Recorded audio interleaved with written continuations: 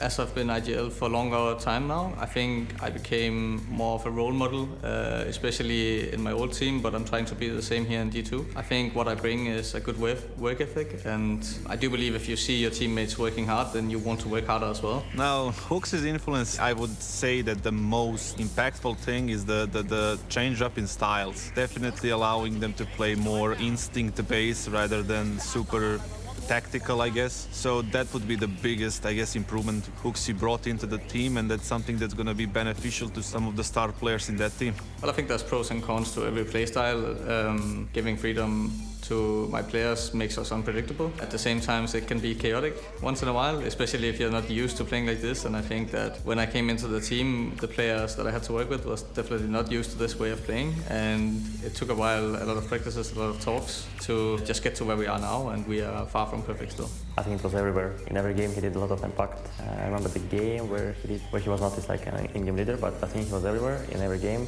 he did a good job.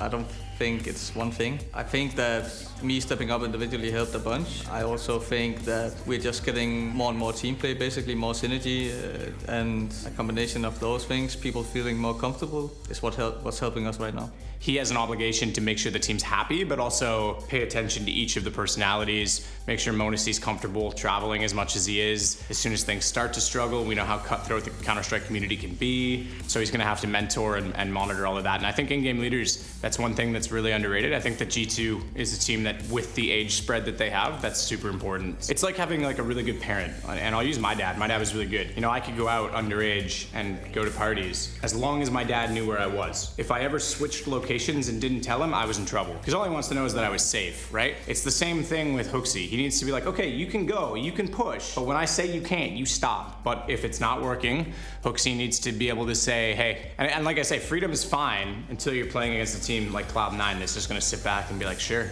pick us one-on-one. You're not gonna win that fight every time. You know, they've got enough skill to take that back the other way, so he's gonna have to figure it out as he goes. In the day-to-day, I think it's really important that you work hard if you want your other players to work hard as well. In general, both in and out of the server, I think that it's important that you act like you want your teammates to act, in the sense of bringing energy. Just in general, just be focused. But for upcoming players, definitely the energy and the work ethic, I think is the most important. Maybe I shouldn't spoil the content that ESL did, but I kind of want Na'Vi to win because I want to play against s1mple. Okay. I never played an official against s1mple, and I kind of want to try. You've never played an official against s1mple? Nope, only practice. I'm going to say the same thing I said to Fang the other day when he was like, I've never played against FaZe. I'm like, no, FaZe has never played against you. s1mple's never played against HooXi. All right, let's be honest. True. Yeah, he doesn't know what's going to happen to him. Like, For that game, for a whole new can one. you change the I to a 1 in your name? I can. Yeah. And then we can use the s1mple, like 1 in the name, 1 in the game, and we can use it. Sure.